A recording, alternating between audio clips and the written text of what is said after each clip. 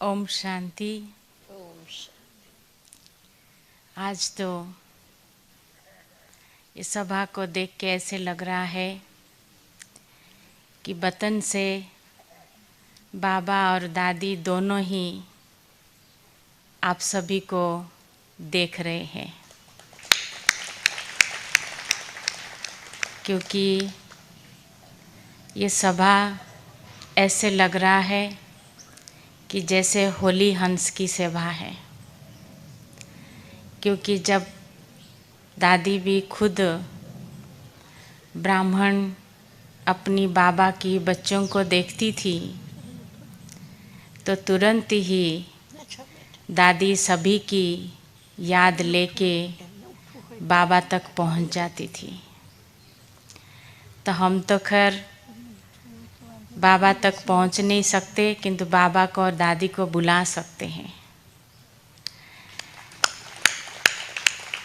तो जिस दिन तो मैं सोचने लगी कि बाबा ने एक बार मुझे वरदान दिया था, क्योंकि दादी के साथ सब जगह पे जाना होता था, देश विदेश सब जगह पे जाती थी मैं, क्योंकि हम हमेशा दादी के साथ जाते थे, दूसरे कारोबार में बिजी रहते थे और स्टेज के सामने कम ही आते थे। आप सभी ने देखा होगा कि जब बाप दादा आते थे तभी मैं आती थी। तो जब दादी के साथ जाती थी तो दादी जब क्लास वगैरह कराते थे तो मुझे कहते थे आप 2 शब्द सुनाओ। तो मैं सोचने लगती थी जब दादी का सभी ने सुन लिया, हमारा क्या सुनेंगे। किंतु वो सीन तभी दादी ने एक बार कहा था कि एक दिन ऐसा आएगा तुमको सामने तो आना ही पड़ेगा। तो आज मुझे वो सीन, वो दिन और वो बातें सब कुछ याद आने लगी। और शुरुआत चंद्रिका दीदी से हुई।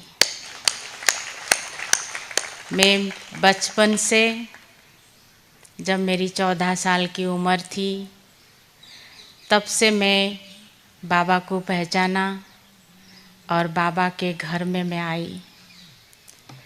जब हमारी पेरेंट्स दीदी के टाइम पे वो सब आते थे और मेडिटेशन हॉल में बाबा से मिले, तो हमारी फैमिली को बहुत होता था, पेरेंट्स को, कि इस घर से कोई ना कोई बाबा की बच्ची ज़रूर निकले।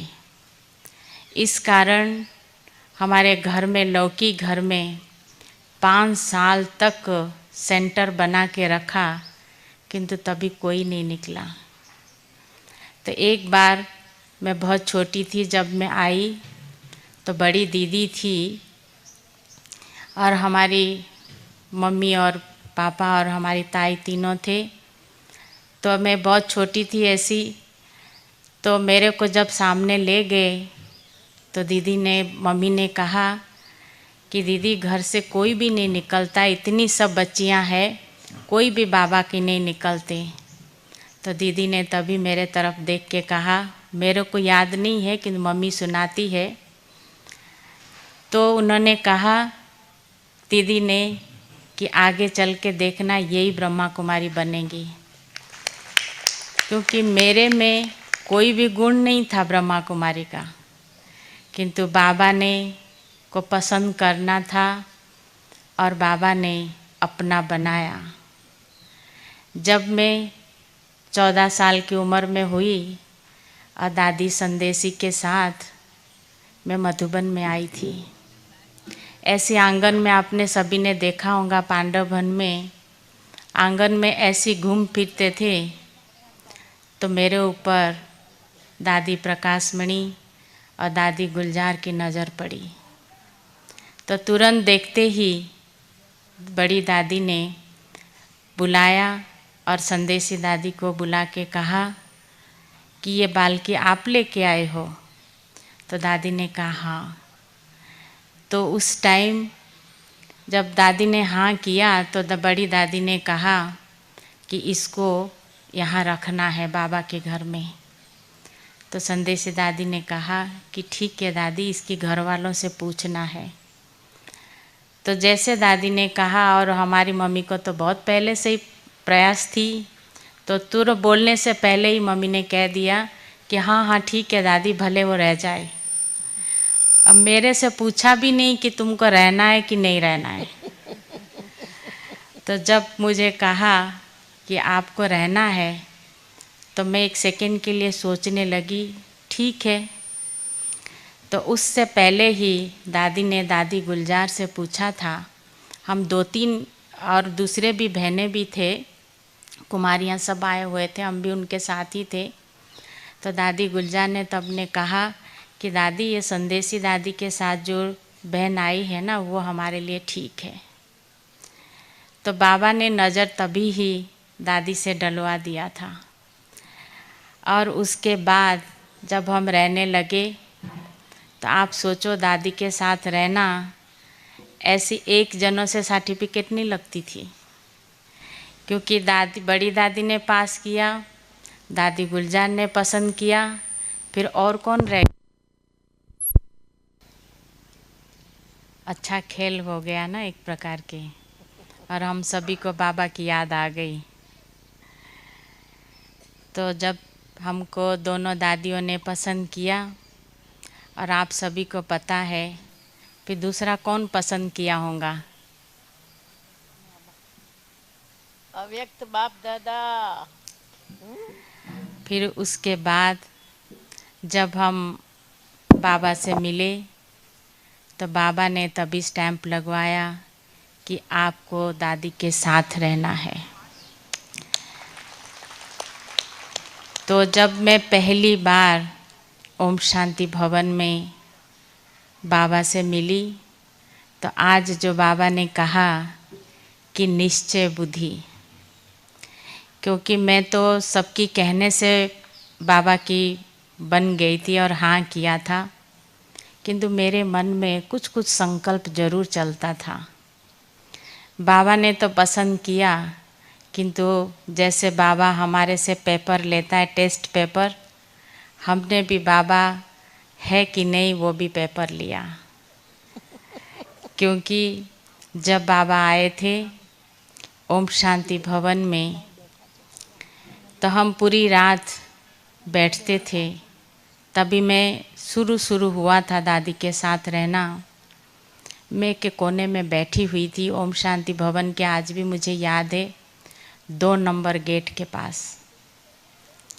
तो वहाँ जब मैं बैठी थी, तो मैं देख रही थी सभी दृष्टि ले रहे हैं और बाबा से 5-5 मिनट तक बात भी कर रहे हैं, और सब मिल रहे हैं, जा रहे हैं। तो तभी मैं वहाँ बैठे बैठे एक सोच रही थी कि ये सब बातचीत तो कर रहे हैं, सचमुच भगवान आके बोल रहा है, और यदि सचमुच भगवान आया हुआ है तो आज वो मुझे बुला के टोली ज़रूर खिलाए। तो मैंने देखा कि जब ये संकल्प करके मैं बैठी हुई थी, तो जब बाबा सुबह 4 बजे 4:30 बजे जाते थे, तो बाबा खाते खाते जब बड़ी दादी खिला रही थी, तो खाते खाते बाबा ने ऐसे हमारे तरफ अंगुली करके कहा उसको बुलाओ। तो तभी सोचने, सभी हमारे आगे जो बैठे थे सब सोच रहे थे हमको बुलाया हमको बुलाया, तो कोई खड़े हो रहा है, कोई हाथ ऊंचा कर रहे, किंतु मैं खुद बैठी थी। मेरे मन में एक और संकल्प उत्पन्न हुआ कि मेरे नाम लेके भी बुलाए। तो जब ऐसी मैंने संकल्प किया, तो बड़ी दादी को बाबा ने कहा वो नीलू बच्ची है ना, उसको बुलाओ। तो मैंने देखा कि फिर जब बाबा ने ऐसे बोला, तो दादी तो जानती थी मेरे को। फिर दादी ने हमको बुलाया, और बुला के जब बाबा ने हमारी मुख में टोली खिलाया, तो बाबा ने एक बात पूछा, आपको निश्चय हुआ? तो हमने बाबा को कहा जी बाबा। उस दिन से आज दिन तक मेरे निश्चय में कभी भी संशय नहीं आई, क्योंकि सचमुच मैंने देखा कि बाबा ही हम सभी को चला रहा है और बाबा ही हमारी सबकी मन के बात को जानता है। तो ऐसे ही आज तो मैं, जैसे दीदी ने कहा कि सेवा करते करते मैं अपने को बहुत भाग्यवान समझती हूँ। शायद कोई ऐसा होगा 84 से लेके 2017 तक मैंने कभी बाबा से मिलने का मिस नहीं किया। सभी का मिस हुआ होगा, दादियों तक भी सभी का मिस कहीं ना कहीं हुई होंगी, किंतु हमारा कभी नहीं मिस हुआ। तो जो बाबा का साथ और दादी का साथ जो रहा, आज तक चलती रही हूँ, आगे भी चलूँगी। और मैंने देखा दादी की, जैसे हम सुनते हैं कि दादी और बाबा दोनों ही जैसे एक समान बन के चलते थे। आज हम देखते हैं कि दादी की जो विशेषताएं थी हम सभी को पता है, क्योंकि दादी के अंदर जो एक दिव्यता, एक अलौकिकता, वो जो एक दर्शनीय मूर्त की तरह है दिखाई देती थी। क्योंकि बाबा की जैसे सामने सब कुछ आता था, दादी के सामने भी सब कुछ आती थी।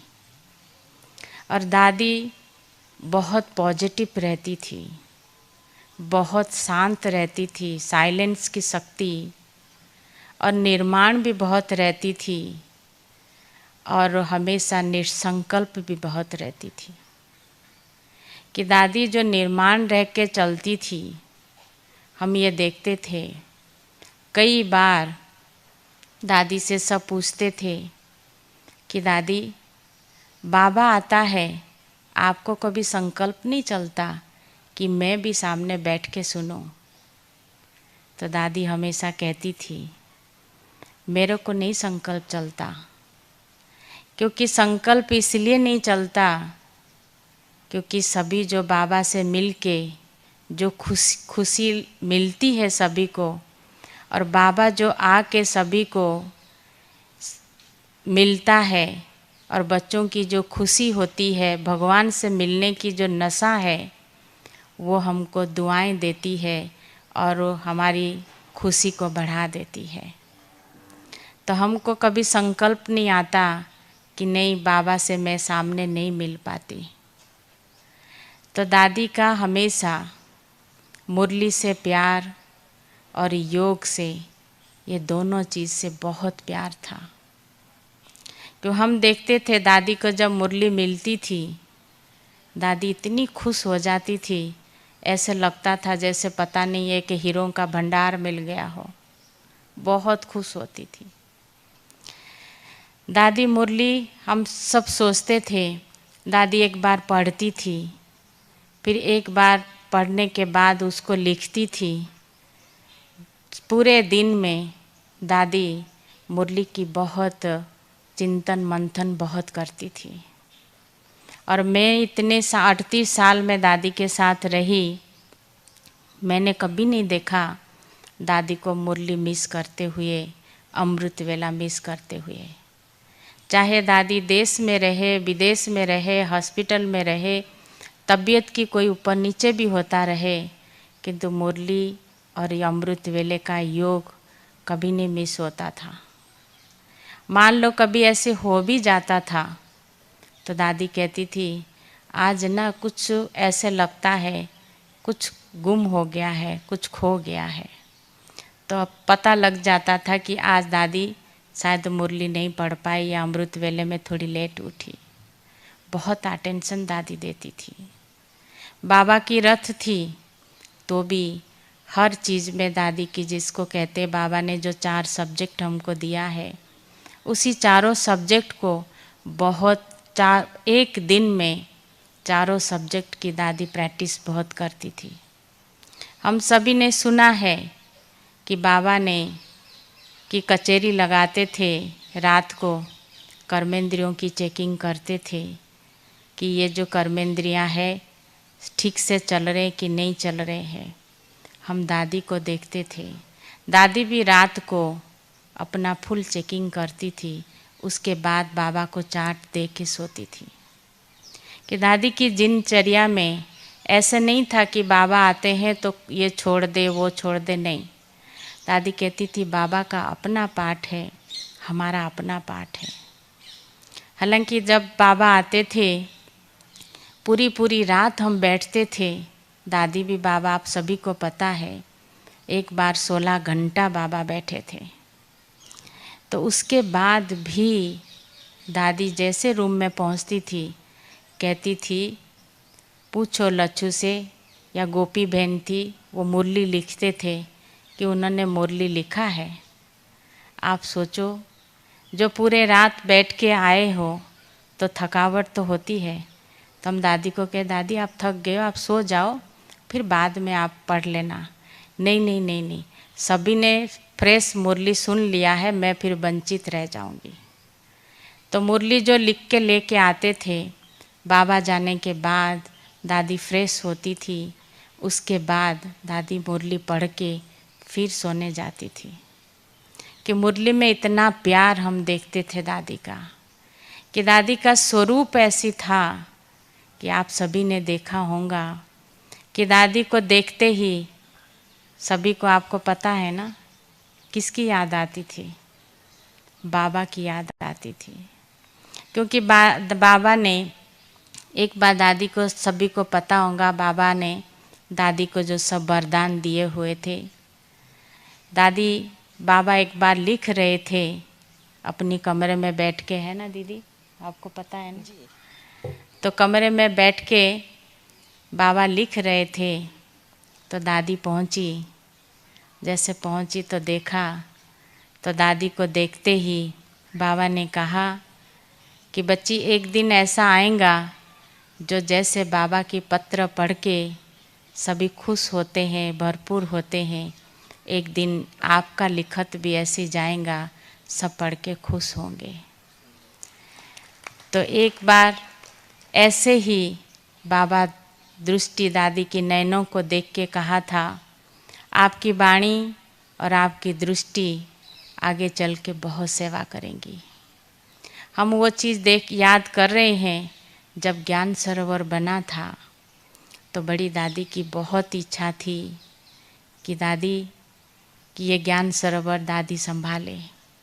हमको आज भी वो दिन याद है, बाबा के सामने दादी ने बात रखा, बाबा ने कहा बच्ची को बेहद में रखो, आगे चल के बच्ची की चित्र और चरित्र सेवा करेंगी।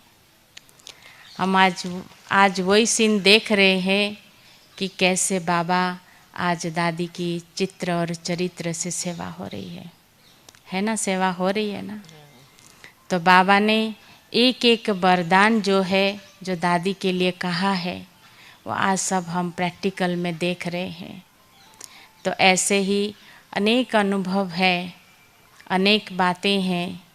तो हम दादी के जीवन में देखते थे कि दादी कितनी हल्की रहती थी, जितनी निसंकल्प दादी थी और इतना हल्की भी थी। और सबके प्रति दादी जितनी रिस्पेक्ट रिगार्ड रखती थी, और दादी को भी सभी उतने रिस्पेक्ट रिगार्ड से देखते थे। हम देखते थे जब बाबा आते थे, एक दिन पहले दादी को, तो बड़ी दादी को बहुत खुश होती थी कि बाबा आने वाला है, बाबा आने वाला है।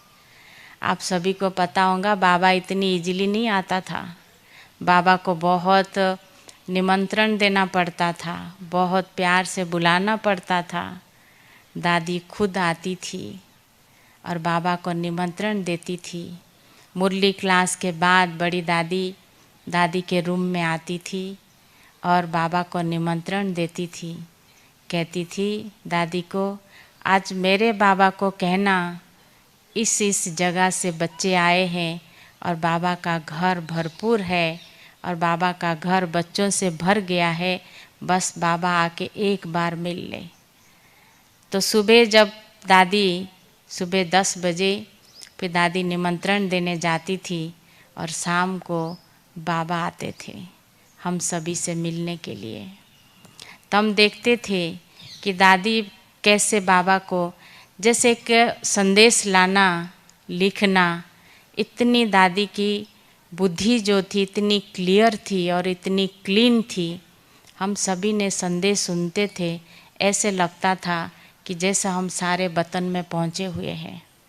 ऐसे लगता था ना सभी को कि ऐसे लगता था कि जैसे हम सभी वतन में पहुँचे।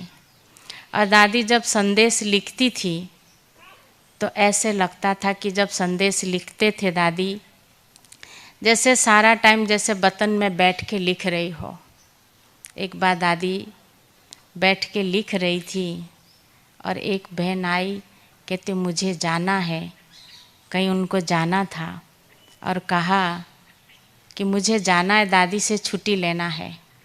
हमने उनको कहा कि दादी कुछ लिख रही है, तो उन्होंने कहा तो मैं तो छुट्टी ले सकती हूँ ना, मैं जाके खड़ी होंगी, दादी मेरे को देखेंगी और मैं बोल दूँगी। मैंने कहा ठीक है। तो वो जब गए, वो 10 मिनट 15 मिनट तक खड़ी रही और दादी ने एक पलक में भी उनको नहीं देखा। अपनी लिखत में, अपनी बाबा की संदेश में इतनी मगन और इतनी उस पे थी। वो बहन को देखते, खड़ी होके देखती रह गई, कहती ये तो बाबा आया हुआ है।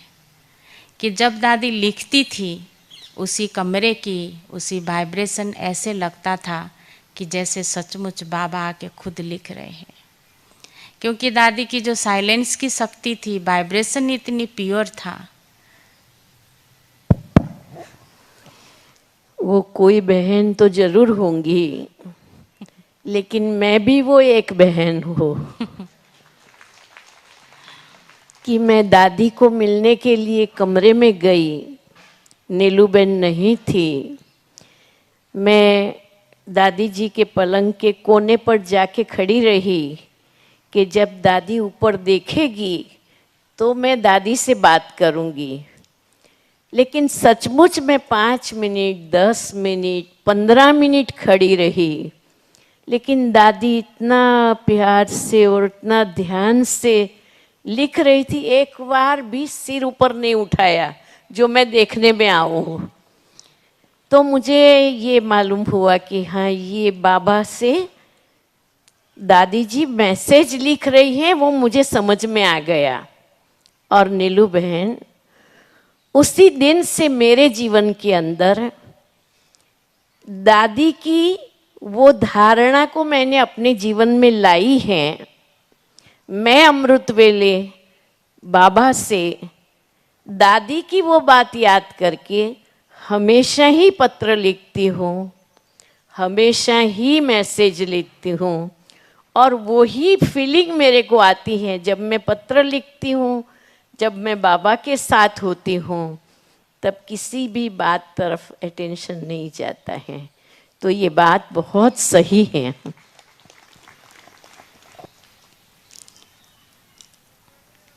तो इस तरह से दादी का जो निसंकल्प और हल्कापन होता था, तो हम देखते थे दादी खुद भी बहुत हल्की रहती थी, दूसरों को भी बहुत हल्का कर देती थी। कोई भी हम देखते थे, दादी किसी से भी मिलती थी, दादी के सामने जाते ही तो वो बातें अपने आप ही जैसे कितनी भारी होके आते थे, वो बातें लेके कि जैसे दादी के सामने पहुंचते थे तो वो बातें वो सचमुच बहुत हल्के हो जाती थी और वो खुद भी बहुत हल्का महसूस करते थे। क्योंकि दादी हमेशा कहती थी कि हम वातावरण को इतनी पावरफुल बना के रखें, जो भी व्यक्ति आए उसको जो भी चाहिए वो मिल सके। वातावरण तो पावरफुल दादी का रहता ही था। हम सचमुच देखते थे जब बाबा जिस दिन आते थे, उस कॉटेज में कोई भी आता था, कितने भी आवाज़ करके वो गेट के अंदर आते थे, जैसे दादी के कॉटेज के अंदर एंट्री होते थे वो अपने आप ही साइलेंस हो जाते थे। क्योंकि दादी की साइलेंस की शक्ति की इतनी ओरा होती थी, उसमें आसपास वाले भी सब शांत हो जाते थे। तो ऐसी दादी हल्की भी उतनी करा देती थी। कितनी बड़ी भी प्रोग्राम हो, कितनी बड़ी भी कोई बातें हो, कुछ भी हो, आप दादी के सामने रखो, दादी हल्की सी धीरे से मुस्कुराते हुए एक शब्द कह देती थी, कोई बात नहीं, बाबा बैठा है ना, बस आप बाबा को बोल दो और बाबा सब कुछ संभाल लेगा और आपको युक्ति बता देगा। तो हम देखते थे कि दादी खुद भी कैसे सभी को हल्का करके रखती थी। हमारी लाइफ में हमने कभी नहीं देखा दादी को, कभी कहीं भी बड़े बड़े प्रोग्राम में जाते थे, इतने सभी प्रोग्राम होते, सब टेंशन में आ जाते थे, किंतु मैंने देखा दादी चाहे देश जाए, विदेश जाए, कहीं भी जाए, उसको वातावरण को बहुत हल्का बना देते थे। और सब कार्य जो है, जितनी भी डिफ़िकल्टी कोई कार्य होता था, बहुत सहज और सरल हो जाता था। एक बार हम कहीं बाहर गए थे विदेश में, एक जगह ऐसी था, तो बहुत जैसे प्लेन में कम से कम हम लोग 13-14 घंटा बैठ के गए थे। जाते ही दादी क्लास में गई, क्लास पूरा करके आई।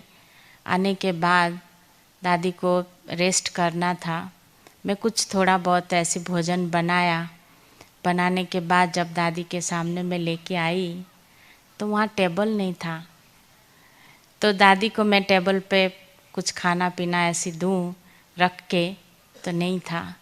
तो मैं देखती रही, मैंने कहा कैसा है, एक टेबल भी नहीं है। तो दादी कहती है ना।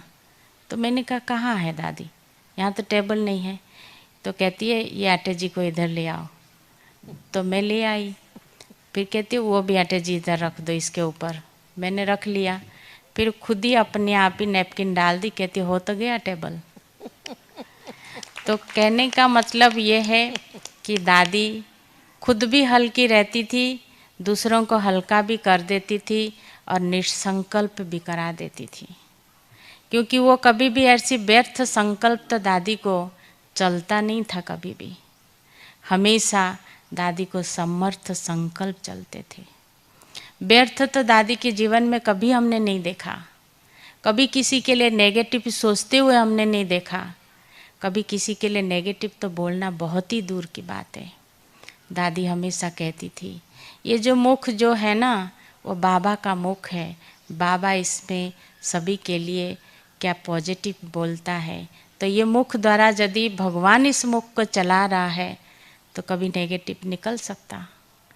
तो बाबा जब आते थे, ऐसे नहीं कि दादी जिस दिन बाबा आते थे उसी दिन ही सिर्फ अटेंशन देती थी, नहीं। दादी बाबा का रथ को समझती थी, ये बाबा का रथ है। तो पूरे जीवन दादी ने बहुत अपनी कर्म में बहुत अटेंशन दिया। तो जो अटेंशन इतना दादी ने दिया, तो आज हमने खुद सभी ने देखा कि दादी कैसे संपूर्ण बन के गई, समान बन के गई। हम सभी ने अनुभव किया होगा कि जब बाबा बीच में आते थे तो ओरिजिनल दादी की आवाज़ आती थी। क्योंकि ओरिजिनल आवाज़ सुनने के लिए एक दिन पहले ही दादी का क्लास होता था और लास्ट में दादी का आवाज़ जो है ओरिजिनल हो गया था। तो कई बच्चों की, बाबा के बच्चों की बहुत संकल्प चलते थे कि अभी दादी है, बाबा नहीं है, ये दादी है। किंतु जो आसपास हम सभी खड़े रहते थे ना, हम सभी को अनुभव होता था दादी नहीं है, बाबा है। क्योंकि दादी इतनी सरल और इतनी निर्माण थी, और इतनी दादी निर्माण रहती थी। और जैसे जिसको कहते ना, बहुत आप जैसे कई बार तो ऐसा होता था, हम यदि दादी को बिठा देते, दादी आपको यहाँ बैठ के मिलना है, तो मिलने वाले चले जाते थे, सब होता था, दादी वहीं बैठी रहती थी। मैं कहती दादी अभी सब चले गए ना, तो आप तो अभी आ जाओ। कहती यार तुमने कहा ही नहीं ना आने के लिए। तो कहने का मतलब दादी इतनी आज्ञाकारी भी थी। और जो ऐसे नहीं कि कोई बड़ों ने कहा, नहीं, इतनी साथ वालों को भी, छोटों को भी उतनी रिस्पेक्ट से, रिगार्ड से दादी चलती भी थी। तो वो मैं सुना रही थी कि जैसे दादी मान लो आते थे, बाबा की जैसे प्रोग्राम चलता था, जो दादी की आवाज़ बदली हुई, तो जब सभी की संकल्प चले तो हमारे से कई पूछते थे कि आपको क्या फील है। तो मैं उनको कहती थी मुझे तो लगता है कि बाबा ही है, दादी नहीं है।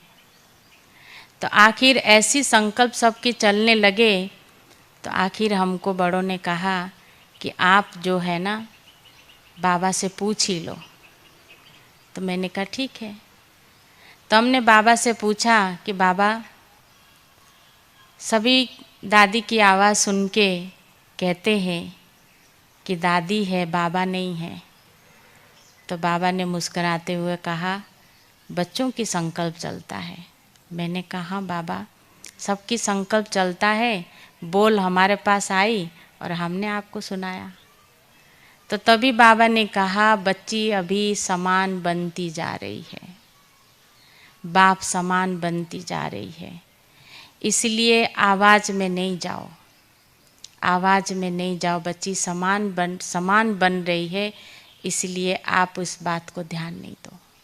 तो तब से जब बाबा ने कहा समान बनती जा रही है, तब हमने दादी का देखा कि दादी जैसे समेटने की शक्ति का धारण कर लिया था।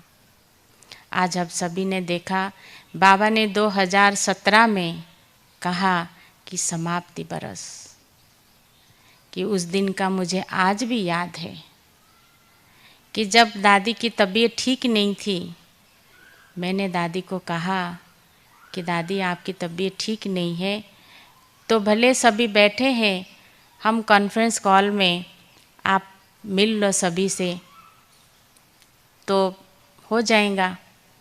दादी ने कहा कि सभी किससे मिलने आए, बाबा से ना। मैंने कहा हाँ दादी। कहती है बस तुम एक बल एक भरोसा रखो, मुझे वहाँ तैयार करा के बिठा दो, उनका कार्य है वो कराएंगे। तो सच्ची मैंने देखा, जब दादी को तैयार करा के हमने बिठाया तो बाबा आए और बाबा ने कहा समाप्ति बरस। तो जब बाबा ने कहा समाप्ति बरस, हम किसी को समझ में नहीं आया था कि सचमुच बाबा ने हमारे से छुट्टी ले लिया, किंतु बाबा ने कहा समाप्ति, और इधर दादी ने अपना समेटना चालू किया। आज वो सीन याद आता है जब दादियाँ ब्रह्मा बाबा के अनुभव सुनाते हैं, तो बाबा ने तभी सब कुछ कह के एक बार रात को कह दिया कि सबसे छुट्टी और विदाई, बोला था ना दीदी जी। तो देखो तभी भी किसी को नहीं समझ में आया था कि बाबा छुट्टी लेके जा रहे हैं। तो अभी भी जब बाबा ने हमारे से समाप्ति बरस कहा, दादी ने अपना समेटना चालू किया और दादी संपूर्ण बन गई। तो ऐसे ही दादी के साथ का अनुभव है। और एक मैं अपनी निजी अनुभव बाप दादा के साथ का सुनाती हूँ कि बाबा को हमको बहुत अच्छा बड़ी दादी ने चांस दिया था बाबा से डायरेक्ट बातचीत करने का, और बातचीत भी करती थी और खिलाने पिलाने का हमको भाग्य मिला था। किंतु ये हम देखते थे, मेरे को किसी ने कहा कि आप तो हमेशा स्टेज के पीछे ही रहते हैं। एक बहन अभी मैं यहाँ जब आई, बिंदु बहन है ना, कहा इंदु बहन, कहा इंदु बहन हमेशा स्टेज के पीछे ही रहती है और सब कार्य करती है। मैंने उनको बोला ये तो बहुत अच्छी बात है, क्योंकि स्टेज के पीछे में जितना रह के काम करते हैं ना, सेवा करते हैं ना, उसमें बाबा की मदद एक्स्ट्रा मिलता है। हमने खुद दादी को देखा, क्योंकि दादी हमेशा बाबा को सामने रखती थी और खुद पीछे रहती थी। कोई भी बात होती थी दादी तुरंत कहती थी कि ये बाबा ने किया, बाबा ने करवाया।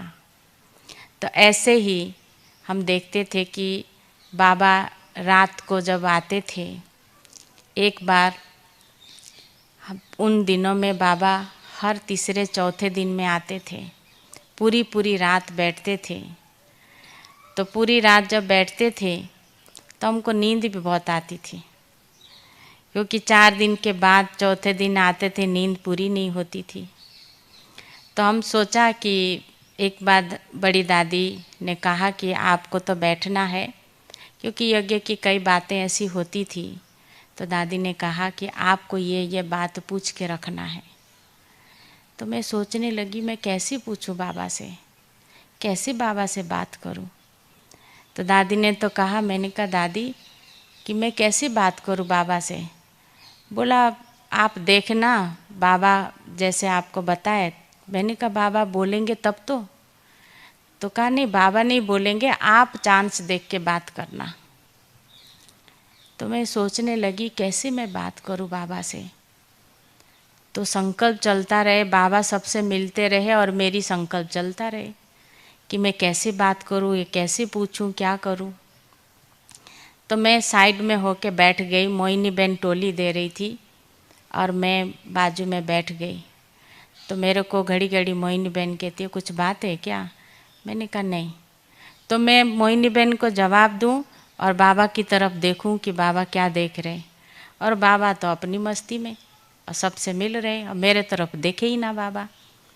तो मैंने कहा अभी मैं क्या करूं जो बाबा मेरे को देखे। तो मैं जाके फिर सामने बैठ गई, तभी भी बाबा नहीं देखा, क्योंकि मैं ये देख रही थी कि बाबा मेरे को देखे और मैं जाके बात करूं। तो देखा मैंने, थोड़ी देर के बाद बाबा ने जैसे दृष्टि देते देते एक साइड से ऐसी देखा मेरे को। तभी मुझे समझ भी नहीं आया कि बाबा ने मेरे को देखा माना बात करनी चाहिए मुझे। नहीं आया तो मैं चुपचाप बैठ गई। तो दादी, बड़ी दादी फिर 3 साढ़े 3 बजे आई, कहती आपने बाबा से पूछा। मैंने कहा बाबा मेरे तरफ देखा ही नहीं तो मैं कैसे पूछूं। तो कहा तो देखा ही नहीं तो आपको बात करना चाहिए। मैंने कहा मैं कैसे बात करूं, बाबा फ्री नहीं हो रहे, एक के बाद एक सभी आ रहे हैं। तो दादी ने तभी देख के मुझे कहा। फिर मुझे दादी ने एक बार रात को 1:30 बजे तक दादी बैठी और फिर मेरे को बताया कि कैसे आपको बाबा से बात करना है। क्योंकि बाबा से एक बार पूछने के बाद हम दोबारा उस बात को रिपीट भी नहीं कर सकते। एक बार आपने सुना दिया बस, फिर उसकी जवाब यदि बाबा को देना होगा बाबा उसी टाइम ही देंगे, नहीं तो फिर अपनी साइलेंस रहते थे। तो मैं देखती थी मेरा इतनी भाग्य था, कोई भी बात होती थी मैं बाबा से बात करती थी। ऐसे होता ही नहीं था जो बाबा मुझे जवाब ही ना देवे। तो इसके कारण सभी हमारे तरफ इतनी विश्वास रखते थे। तो सभी जो भी बात होती थी, खास करके जो यज्ञ की बड़े हमारे सब थे, तो मुझे ज़रूर बताते थे, कहते थे आप ये बात पूछ के रखना। तो मैं कहती थी ठीक है। और मुझे जो बात नहीं समझ में आता था तो मैं कहती थी बाबा वो आएंगे ना, उनको आप बता देना। तो दादी संदेश में जब बाबा जाने के बाद आते थे तो सुनाते थे। कहने का मतलब ये है कि बाबा की नैनों की भाषा और बाबा की जो आवाज़ होती थी, आप सभी ने नज़दीक में देखा होगा, बहुत धीरे होता था। इतना धीरे होता था, बाबा एक शब्द बोल दिया माना दोबारा बाबा रिपीट नहीं करते थे। तो सामने इतनी सब आते थे, जब बाबा के सामने खड़े होते थे तो हमको एक एक बात की ध्यान दे के उनको ट्रांसलेशन करना पड़ता था, बताना पड़ता था। जो एकाग्रता की शक्ति है मैंने उस टाइम सीखा। और जो नैनों की भाषा, मौन भाषा जिसको कहते हैं, वो मैंने भी सीखा, वो भी दादी से सीखा। क्योंकि बाबा को कोई चीज़ चाहिए होता था, बाबा कभी बोलते नहीं थे। आप सभी ने देखा होगा कई बार बाबा टोली के लिए, फूल के लिए, फल के लिए बाबा सिर्फ देखते थे, उससे हम समझ जाते थे बाबा को फल चाहिए, फूल चाहिए या टोली चाहिए। बाबा को बोलना नहीं पड़ता था। तो जो एकाग्रता रहते थे तो उसके कारण ही मैं देखती थी वो एकाग्रता की शक्ति मुझे वो स्टेज पे ही सिर्फ मिलता था। उसके बाद मेरी एकाग्रता नहीं रहती थी। वो स्टेज पे इतनी एकाग्रता रहती थी, चाहे बाबा 8 घंटा रहे, 10 घंटा रहे, 4 घंटा रहे, तो वो एकाग्रता की शक्ति रहती थी। क्योंकि तभी हम एकाग्रता रह सकते हैं, तभी जब एकाग्रता हम रहते हैं तभी बाबा की हर बात को हम समझ पाते हैं और नज़दीकता का अनुभव भी कर पाते हैं। यदि हमारी बुद्धि इधर उधर होती है, जैसे बाबा कहता है ना, बाबा खजाना बांटता है, और यदि हमारी बुद्धि इधर उधर होती है, वो खजाना हमारा मिस हो जाता है। तो ऐसी मैं समझती थी कि यदि हमारी बुद्धि इधर उधर हुई तो बाबा जो सबको दे रहा है और हमको जो दृष्टि दे के बता रहा है वो मिस हो जाता था। तो एक बार का अनुभव है कि जब ऐसी मैं जब सुना रही थी कि मैं एक बार थक गई थी। थकने के बाद मेरे को दादी कहती थी बाजू के रूम में आप सो सकते हो। मैंने कहा ठीक है दादी, क्योंकि बाबा रहते थे तो ऐसे जा भी नहीं सकते थे, वहाँ ही रुके रहते थे। तो एक बार जब मुझे नींद आई है, तो हंसी की बात है, तो मुझे जब नींद आई तो मैंने क्या किया, जहाँ मेरे को बताया था वहाँ नहीं सोई मैं।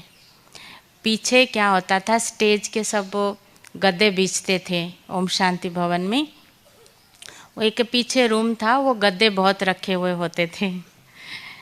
तो हमने कहा ये जगह सबसे बेस्ट है, यहाँ कोई देखने वाला भी नहीं है, मैं अपना नींद पूरी कर लूँगी, ऐसी सोच के। और एक भाई था, तो क्योंकि दोनों कैबिन में आप सबको पता है सब भाई लोग बैठे होते थे, तो मैं जाके वहाँ सो गई और वो भाई ने मेरे को बाहर से कुंडी लगा दिया। तो मैं जब सो गई तो क्या हुआ कि इसके बीच में बाबा को बहुत खांसी हुई, क्योंकि किसी ने अगरबत्ती वगैरह जला दिया था, तो बाबा को बहुत खांसी हुई। तो बाजू में जो टोली दे रहे थे बाबा के हाथ में, तो वो बहुत मना जैसे ढूंढने लगे, फिर स्टेज पे सबको बोलने लगे। तो बहुत हलचल हो गया कि कहाँ है, उसको बुलाओ, बाबा को खांसी हो रही ऐसे ऐसे। तो मेरे को लगता है 2-3 मिनट या 5 मिनट की बात होंगी। तो लास्ट को जैसे देखा ना बाबा ने बहुत हलचल हो रहा है, धीरे से वो बहन को कहते वो पीछे वाले कमरे में सोई है।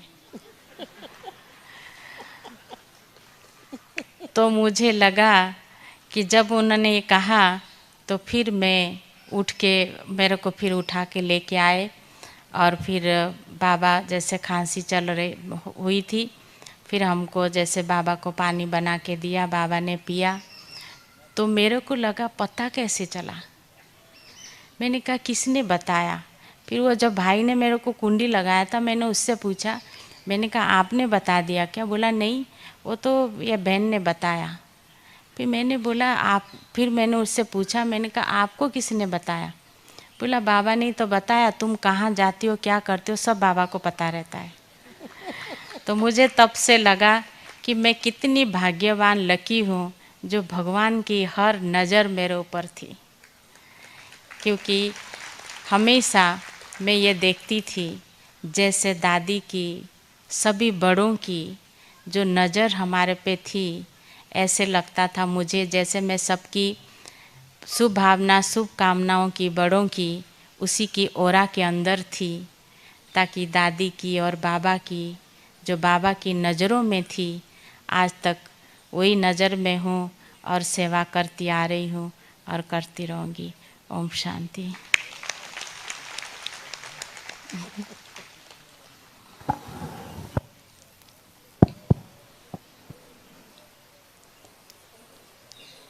बाबा तो दादी गुलजार जी का ध्यान रखते ही थे।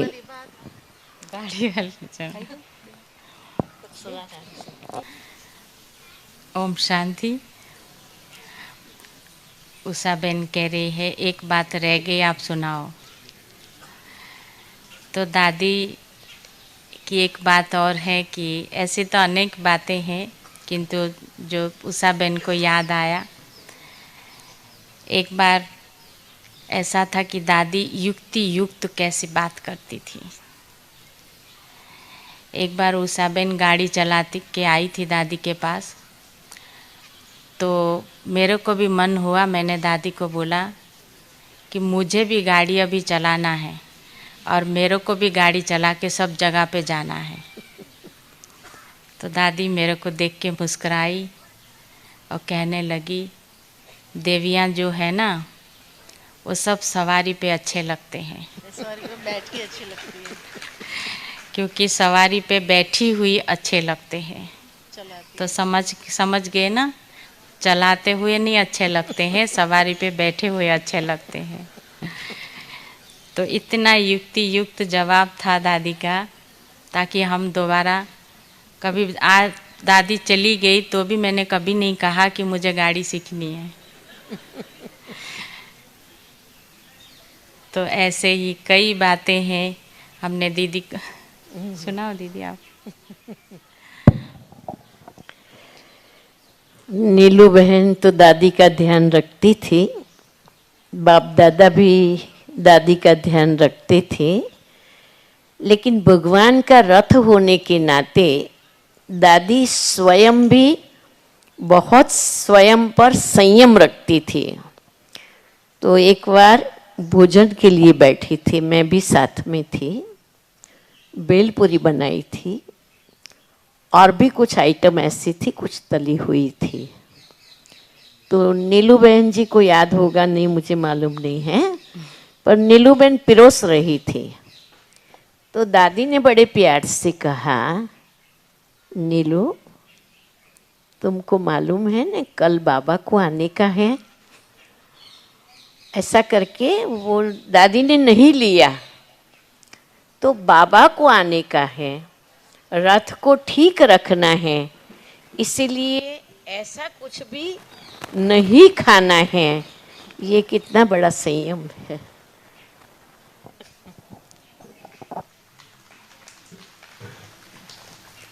बाबा को आने से पहले तो दादी जैसे सीजन चालू होता था तो दादी सबसे पहले कहती थी कि अभी जो है शरीर की चेकिंग करा दो, ताकि ये शरीर ठीक रहे, अनेक आत्माओं को लाभ मिलेगा। तो दादी अपना बहुत ऐसी अटेंशन रखती थी सिर्फ बाबा के बच्चों के लिए और बाबा के लिए। और दादी को सबसे फेवरेट दिन कौन सा होता था? शिवरात्रि। शिवरात्रि। एक बार मुझे याद है, शिवरात्रि का ऐसे दिन था, तो हम लोग दादी बॉम्बे में थी, तो दादी को हॉस्पिटल में दादी थी, तो बॉम्बे में दादी हॉस्पिटल में थी। दादी को कुछ छोटा सा ऑपरेशन हुआ था, तो दादी ने शिवरात्रि जब आने लगी तो दादी तब से बोलना चालू किया, 2-3 दिन पहले से ही कहा कि मुझे तो किसी भी हालत में आबू जाना ही है। तो सभी डॉक्टर्स ने मना किया, कहा कि दादी आप आबू नहीं जा सकते, क्योंकि अभी तो सिर्फ 3-4 दिन हुआ है ये ऑपरेशन को, तो आप ट्रैवल नहीं कर सकते। तो दादी उनको मुस्कुराते कहती थी, मुझे तो कुछ नहीं है, मेरे को कोई तकलीफ़ नहीं है, सब कुछ सहज हो जाएगा। तो कहते थे वो सब डॉक्टर बोलते थे, दादी आप नहीं जा सकते। दादी ने कहा ठीक है। उनसे दादी ऐसी करके बात करती थी। एक बार उसी दिन उसी टाइम दादी सबको कहती थी जाना तो है ही। तो दादी जब कह देती थी जाना है, हम दादी को कहते, दादी कोई बात नहीं, एक दिन बाद में चले जाएंगे, कोई ऐसी बात थोड़ी है। तो तब तक दादी फिर चुप हो जाती थी। तो मैंने कहा दादी आपको अभी ऐसा है, आपको बिठा के नहीं ले जा सकते, हम प्लेन में नहीं जा सकते।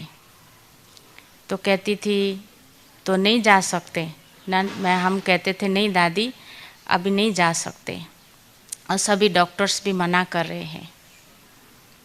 तो तभी निर्वा भाई भी वहाँ ही थे, तो शाम को रोज़ हॉस्पिटल में निर्वा भाई योग करने आते थे।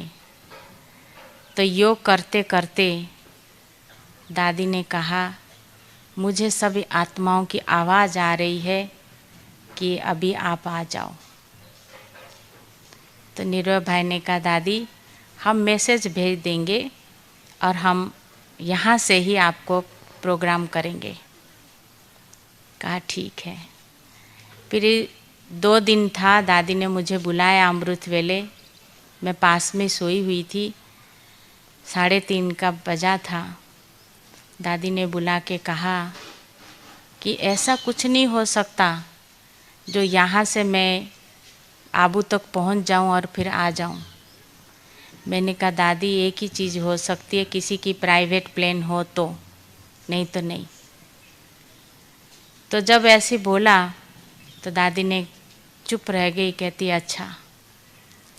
किंतु दादी को आना था, बाबा को आना था, और दादी के अंदर जो दृढ़ संकल्प था वो बाबा ने दृढ़ संकल्प, बाबा कहता है ना कि आप एक बार संकल्प दृढ़ करो तो बाबा मदद करके उसको विजय प्राप्त कराता है।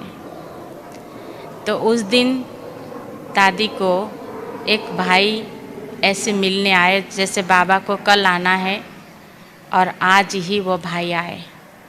उनका बर्थडे था और दादी को मिलने आए हॉस्पिटल में, और दादी को जैसे बर्थडे मना के, अच्छे बड़े थे। फिर दादी को बोला कि दादी मैं दिल्ली जा रहा हूँ। और तो दादी ने कहा कि अच्छा कितने बजे आपकी फ़्लाइट है? तो कहा दादी मुझे फ़्लाइट में जाने की ज़रूरत ही नहीं है, मेरा खुद का ही फ़्लाइट है। तो दादी ने जब उन्होंने कहा मेरी खुद का फ़्लाइट है, तो दादी ने कहा अच्छा तो आपका खुद का फ़्लाइट है तो वो कहाँ है? तो बोला दादी वो एयरपोर्ट में रखना होता है, फिर हम अपनी जब चाहिए तभी जा सकते हैं। बोला कभी भी जा सकते हैं? बोला हाँ। दादी कभी भी किसी को 1-2 शब्द बोलती थी, किंतु वो भाई से इतनी इंक्वायरी कर लिया दादी ने, जो हम देखते रह गए। तो फिर उनको कहा दादी ने, जब उन्होंने कहा कभी भी, तो फिर उन्होंने कहा अच्छा कभी भी? बोला हाँ। किंतु उसने फिर तुरंत जवाब दिया, कहा कि दादी सूर्य अस्त के बाद नहीं चल सकते, उससे पहले जा सकते। बोला अच्छा ठीक है। बोला आप नाश्ता करेंगे, बाबा के घर में आए हैं, नाश्ता करके जाना। तो हॉस्पिटल में 6th फ्लोर में अपना आश्रम है। तो वो जैसे गए नाश्ता करने, तुरंत दादी ने हमको बुलाया और बुला के कहा कि इसका प्राइवेट प्लेन है। तो मैंने कहा कि दादी उनका प्राइवेट प्लेन है तो उनको प्लेन में जाना है ना, हमको थोड़ी वो मिलेगा। कहते नहीं तुम बात करो, वो ना नहीं करेगा। कि दादी ने जितनी देर तक उससे बात किया तो उसकी मन की बात, हाव भाव सब पहचान लिया था। तो फिर हमने बात किया जब उनसे, तो उसने कहा, तुरंत उन्होंने कहा कि भले आप जा सकते हो तो मैं चला जाता हूँ, ऐसी कोई ज़रूरी नहीं है, आप दादी को लेके जा सकते हो। तो जब हमने ये बात योगिनी बहन और निरवा भाई थे तब जब सुनाया, तो उस टाइम कहा कि वो दे रहे हैं। मैंने कहा उन्होंने तो हाँ किया है देने के लिए। तो उसके बाद दादी को जैसे पता लगा तो दादी इंतज़ार कर रही थी कि ये कब हाँ किया कि नहीं। तो जैसे उन्होंने हाँ किया और वैसे मैंने बोला कि उन्होंने हाँ कर दिया, तो दादी जैसे ऐसी खुश हो गई और ऐसी हो गई जैसे कुछ बीमारी अपनी शरीर का भूल ही गई। जो डॉक्टर आए जैसे बोले दादी ये मेडिसिन, हाँ हाँ सब ठीक है, आप बस नीलू को बता दो वो कर लेंगी।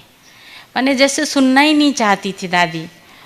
तो जैसे उन्होंने कहा और दादी को करके हम प्लेन में जब लेके आए, यहाँ आने के बाद दादी ने कहा यज्ञ में कभी भी शिवरात्रि मिस नहीं हुआ है, ये कैसे मिस हो सकता? क्योंकि दादी आई और बाबा आए और झंडा लहराया। तो वही दिन मुझे याद आया जिस दिन दादी 2021 11 मार्च को गई, उसी दिन भी शिवरात्रि ही थी। क्योंकि शिवरात्रि के दिन ही दादी गई और 6 साढ़े 6 बजे दादी पूरा फुल तैयार हो गई थी। और जब हमने दादी से पूछा कि दादी आज शिवरात्रि है, सचमुच दादी को नाम सुनते ही इतनी आंखें खोल के इतनी कहती है हाँ। तो मैंने कहा आप झंडा लहराएंगे ना? तो कहती है हाँ। तो हमने ये देखा कि लास्ट तक भी दादी झंडा लहराना है, शिवरात्रि का झंडा लहराना है, दादी को बहुत था। जब तक दादी बाबा आते रहे, पूरी यज्ञ में जितने 50 साल बाबा आए, कभी शिवरात्रि मिस नहीं हुआ। एक बार 18 जनवरी मिस हुआ था, किंतु शिवरात्रि कभी मिस नहीं हुआ। दादी कैसे भी कंडीशन में होती थी, हमारे से सारे डॉक्टर्स जब दादी को हम लेके आए थे तो हमारे से चैलेंज किया था कि दादी आधा घंटे क्या 10 मिनट भी नहीं बैठ सकती है।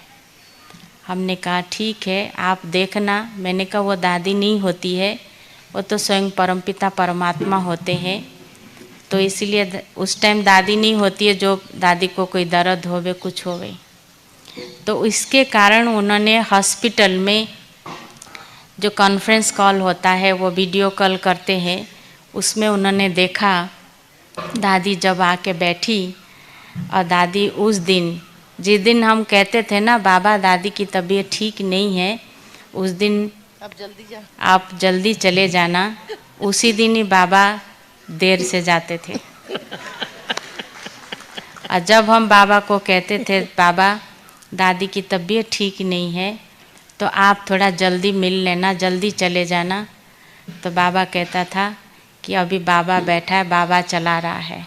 और उसी दिन ही बहुत लोगों से मिलते भी थे, मुरली भी लंबी चलती थी। बाबा का था ना, दादी तो थी नहीं। तो हम ये देखते थे कि उस टाइम जो जो डॉक्टरों से हम वायदा किया था, उन्होंने हमारे साथ चैलेंज किया था, उन्होंने सभी ने एक ही शब्द में कहा ये सचमुच भगवान का कार्य है, इनका रथ को स्वयं भगवान चला रहा है, ये कोई मनुष्य आत्मा का नहीं है। तो अंत समय पे जब दादी जा रही थी शिवरात्रि के दिन, तो हम सभी खड़े थे। तो सचमुच जैसे कहते हैं ना, जब ब्रह्मा बाबा को दादी ने पूरा फॉलो किया, तो जैसे बाबा गए तो बता के नहीं गए, ना किसी को महसूस करने दिया। दादी भी उस दिन सुबह इतनी अच्छी थी और इतनी अच्छी तरह से दादी सबसे मिल के दृष्टि दे के ऐसे गई जैसे सचमुच बाबा आके उनको लेके गया।